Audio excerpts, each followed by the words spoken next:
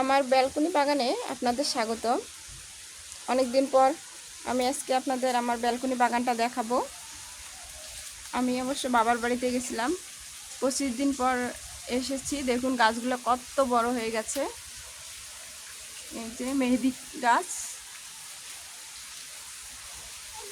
গাছটায় অনেক পাতা হয়েছে মেহেদি পাতা গাছে।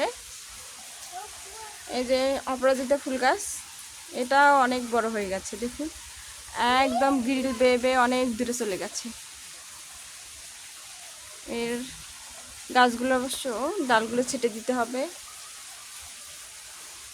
এই যে এই গাছটা অনেক দূরে চলে গেছে। আবার মেহেদি পাতার ডাল কেটে লাগিয়েছিলাম, দেখুন কুশি বের হয়ে গেছে।